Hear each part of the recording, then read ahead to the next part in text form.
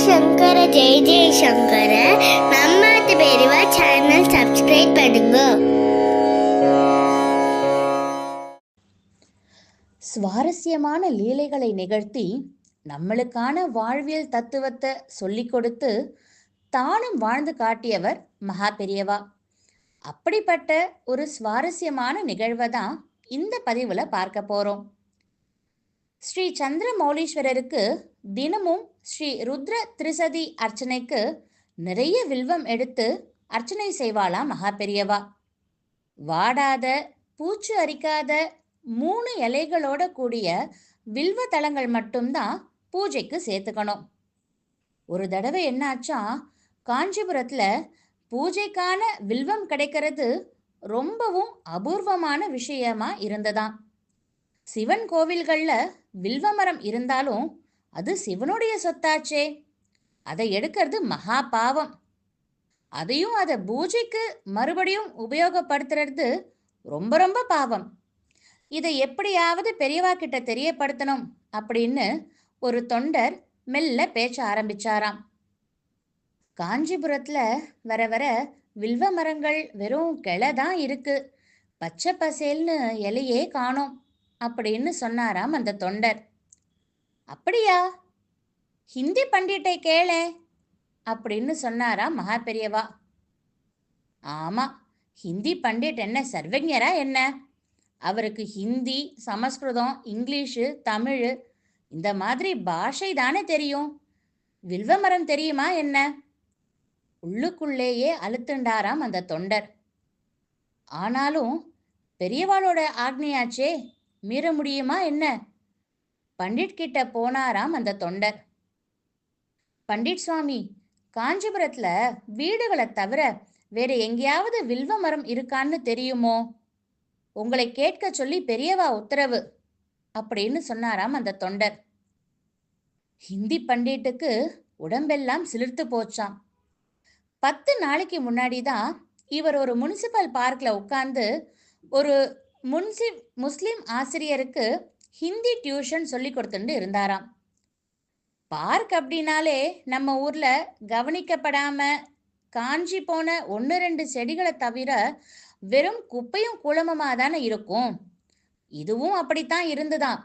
ஆனால் அவருடைய பார்வையில் பளிச்சுன்னு பச்சை பசேல்னு அந்த வில்வ மரம் பட்டது.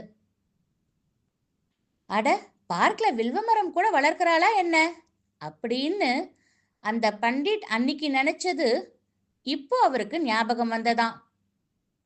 உடனே அந்த பண்டிட் என்ன பண்ணாரா, வாங்க என்னோட, நான் காட்டுறேன் அப்படின்னு அழிச்சுண்டு போய் அந்த வில்வ மரத்தை காட்டினாராம் அந்த தொண்டருக்கு.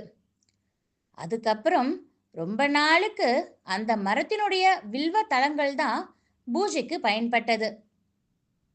2 நாளுக்கு அப்புறம் அந்த பண்டிட்டுடைய மகள் அவ அப்பா கிட்ட கேட்டாலாம், ஏம்பா, யாருடைய கண்ணிலையும் படாத இடத்துல இருக்க வில்வ மரம் இருக்கிறது உங்களுக்கு மட்டும் தெரியும்னு பெரியவாளுக்கு எப்படி தெரிஞ்சது அப்படின்னு கேட்டாலாம். அந்த பண்டிட் அதுக்கு சொன்னாராம், பெரியவாளோட பல லீலைகள்ல இதுவும் ஒன்று. இதுல லீலை என்னப்பா இருக்கு? உங்களுக்கு நிறைய ஃப்ரெண்ட்ஸ் இருக்கா, நிறைய இடங்களுக்கு போறேள், சிவபூஜை பண்றேள், அதனால வில்வமரம் எங்கேயாவது இடுக்கல இருந்தா கூட உங்களுக்கு தெரிஞ்சிருக்க வாய்ப்பு இருக்கு அப்படிங்கிற அனுமானத்துல கூட பெரியவா அப்படி சொல்லியிருக்கலாமோ இல்லையோ? இல்லம்மா, இது ஒரு அபூர்வ சக்தி அப்படின்னு பதில் சொன்னாராம் பண்டிட். அப்படின்னா பார்க்கில் வில்வமரம் இருக்குன்னு பெரியவாளே சொல்லியிருக்கலாமேப்பா, உங்களை எதுக்கு கேட்க சொன்னா அப்படின்னு அந்த பெண் திரும்பி கேட்கவும், இங்க பாருமா, முனிசிபல் பார்க்கு மட்டும் இல்லை, இந்த அண்ட கோலமே பெரியவாளோட அறிவுக்கு உட்பட்டது தான். இந்த அமானுஷ்ய சக்தியை மற்றவா புரிஞ்சுக்க முடியாதபடி மறைச்சு வச்சு ரொம்ப சாமானியராட்டம் இருக்கிறதுனால தான் பெரியவாளுக்கு இவ்வளவு பெருமை. முனிசிபல் பார்க்கில் வில்வமரம் இருக்குன்னு சிஷ்யர்கிட்ட சொல்லியிருந்தா என்ன ஆயிருக்கும் அப்படின்னு கேட்டாராம் அந்த பண்டிட். தெரியலையேப்பா அப்படின்னு சொன்னாலாம் அவர் மகள். அதுக்கு பண்டிட் சொன்னாராம், சிஷ்யர் தண்டோரா போடாத குறையா பார்க்கறவா அத்தனை பேர்கிட்டையும் முனிசிபல் பார்க் பக்கம் எட்டி கூட பார்க்காத மகா பெரியவாளுக்கு அங்க வில்வ மரம் இருக்குன்னு தெரிஞ்சிருக்கு பார்த்தேளா? பெரியவா எப்பேற்பட்ட ஒரு சித்த புருஷர் அப்படின்னு முழக்கம் போட்டிருப்பாரு.